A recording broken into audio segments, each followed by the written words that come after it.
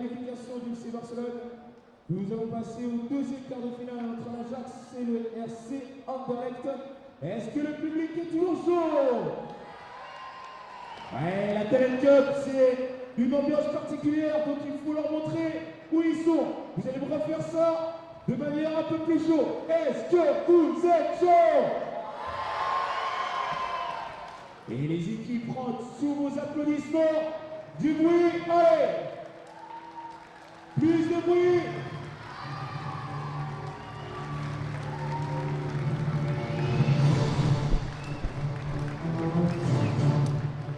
Retour en direct, vous l'entendez du côté de la salle du bout du monde.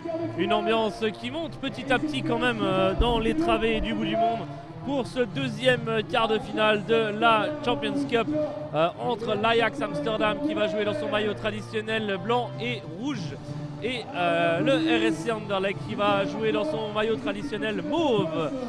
Pour cette rencontre, j'ai la chance de retrouver quelqu'un que vous n'avez pas encore entendu aujourd'hui, qui a commenté avec nous hier toute la journée, c'est Raphaël Pachecoz. Re-salut et salut Raphaël.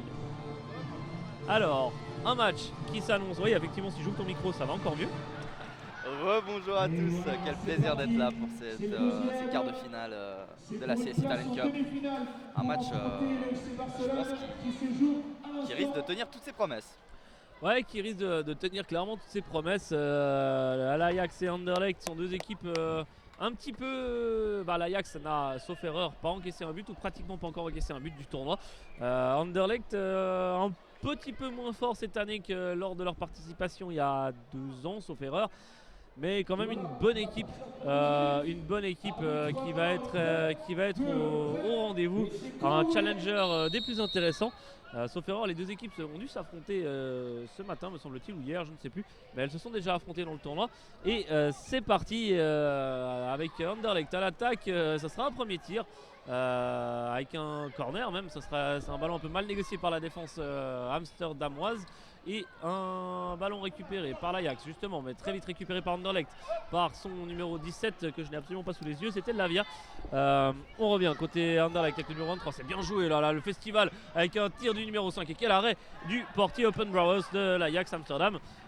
C'était bien joué de la part des joueurs de Bruxelles, sauf erreur. Anderlecht, il me semble que c'est un des clubs de la ville de Bruxelles. Et l'Ajax, eux, tente de se relancer, Raphaël. Oui, alors on part sur un rythme très élevé, hein. On sent qu'on ne rigole plus, on n'est plus samedi matin 8h, premier match de phase de groupe. Les choses sont sérieuses.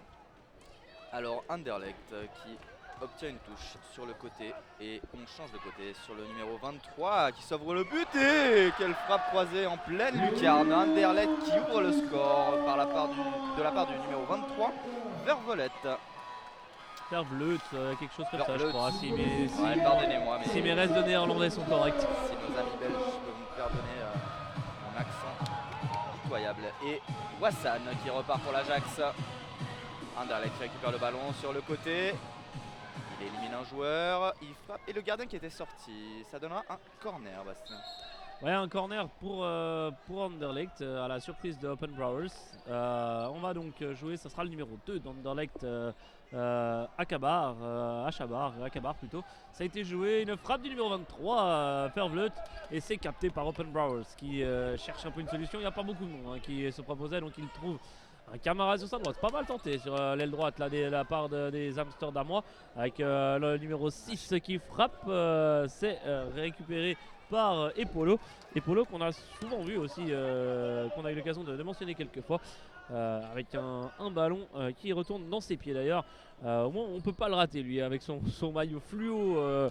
Son maillot fluo, on dirait qu'il est tombé dans une piscine de surligneurs, avec un ballon sur la gauche, un tacle de la part du numéro 10 de l'Ajax, c'était Wazan, le fameux Wazan dont on a beaucoup entendu parler mais qui là n'a pas vu la passe de son coéquipier. Et on repart depuis derrière avec Anderlecht et Polo qui cherche un partenaire, il le trouvera, Vervelet sur la droite.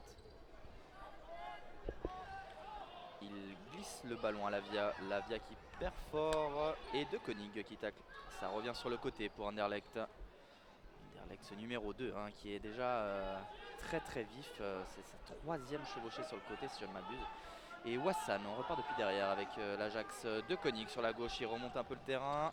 Il glisse à Zinael au milieu. Ashkari qui obtient la balle sur la gauche. Ashkari qui essaie de se défaire de son vis-à-vis. Mauvaise passe. Retour à Wassan sur la droite. Et oh, il tente une frappe. C'est ça, juste au-dessus. Sortie de but pour Epolo. Epolo qui repart avec ses partenaires. Il trouve interception de Zinael à la relance. Ce sera une sortie, une touche pour Anderlecht. Juste sous nos yeux. Vanvolette qui rejoue avec son gardien Epolo. Epolo, le 1-2 avec Lavia. Et De Koenig qui récupère le ballon et se défait de son vis-à-vis avec une roulette. Retour à Open Browers. Qui rejoue avec De Koenig sur la droite maintenant. Il trouve Ashkari au milieu. Le 1-2 avec De Koenig, ce sera un peu long. Sortie de but et Anderlecht qui ne perd pas de temps. Le numéro 2, premières intentions. Ça a donné un bon arrêt d'Open Browers. Ajax avec le ballon. Glisse à Wassan sur la droite. Wassan qui se défait de son vis-à-vis. Wassan qui perd fort le terrain seul. Et on réclamait une faute du côté néerlandais. Et maintenant c'est une rupture pour Anderlecht. Et belle sortie d'Open Browers. Le match part sur un rythme fou. L'Ajax qui repart avec Wassan qui obtient le ballon sur la droite. Et ça fait goal. Le capitaine de l'Ajax qui remet son équipe à égalité. Ouais, Tout est à refaire, Bastien. Tout est à refaire effectivement au moment où la lumière fait son apparition dans la salle du Monument. J'ai une pensée quand même pour nos camarades de la régie qui doivent tout d'un coup devoir tout refaire leur réglage au niveau de l'image. Ne vous en faites pas, ils savent ce qu'ils font, ils vont très vite régler tout cela. Mais c'est un peu une petite surprise pour eux, je pense quand même. Et l'organisation leur a un peu posé une colle sur celle-ci.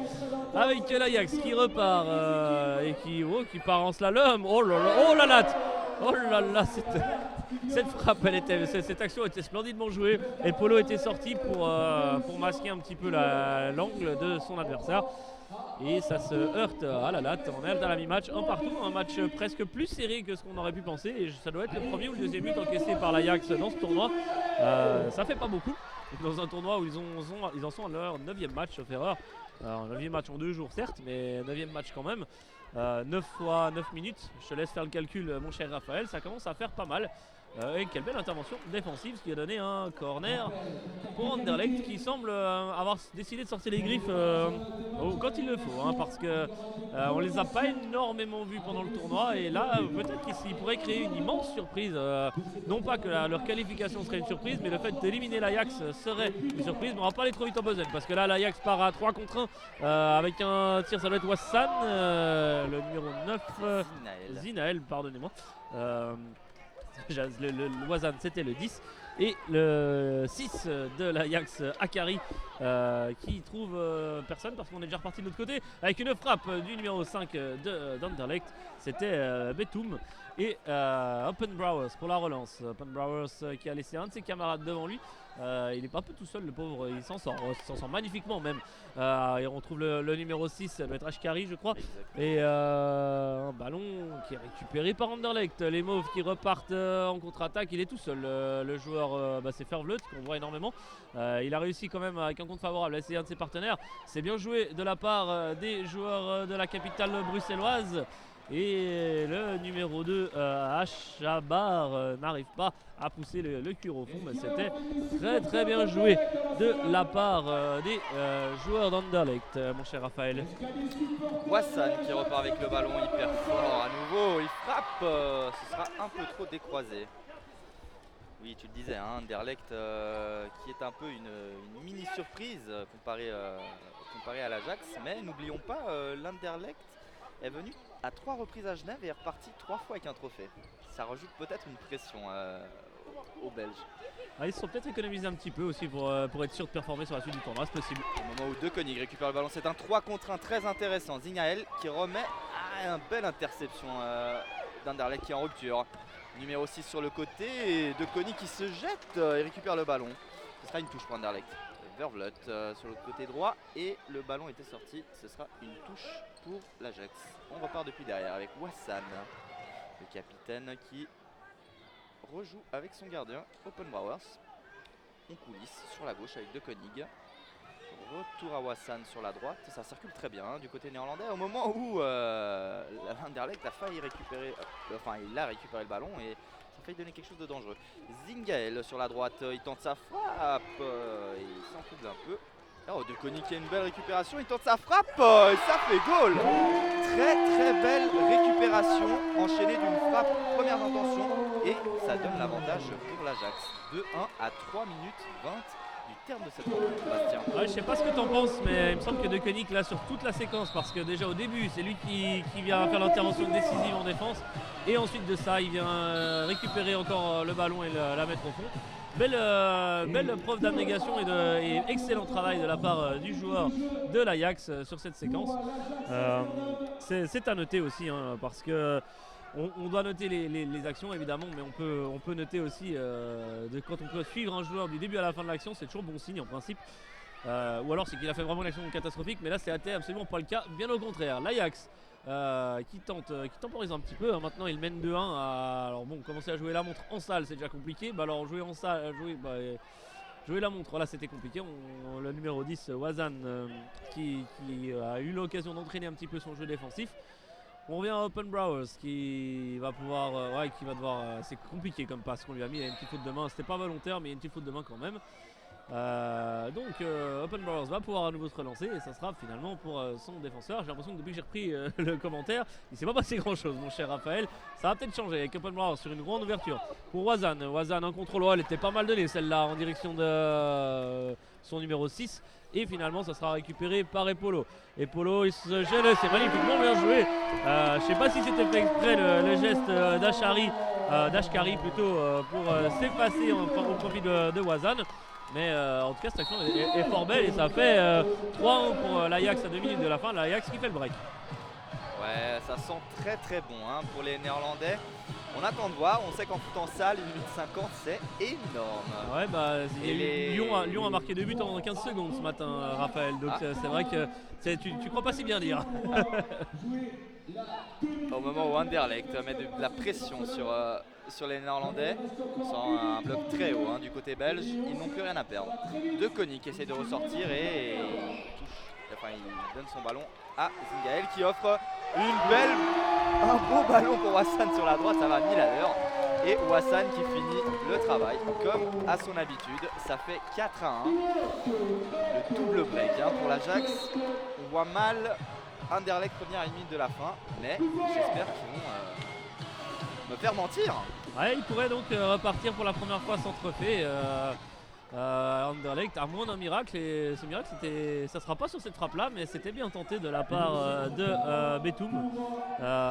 C'était bien tenté effectivement, mais là sans avoir marqué sur cette action là, ça va être compliqué. Encore que Betoum, on le retrouve dans le rond central. Betoum qui arrive à éliminer un adversaire, mais il a pas servi ses partenaires ensuite.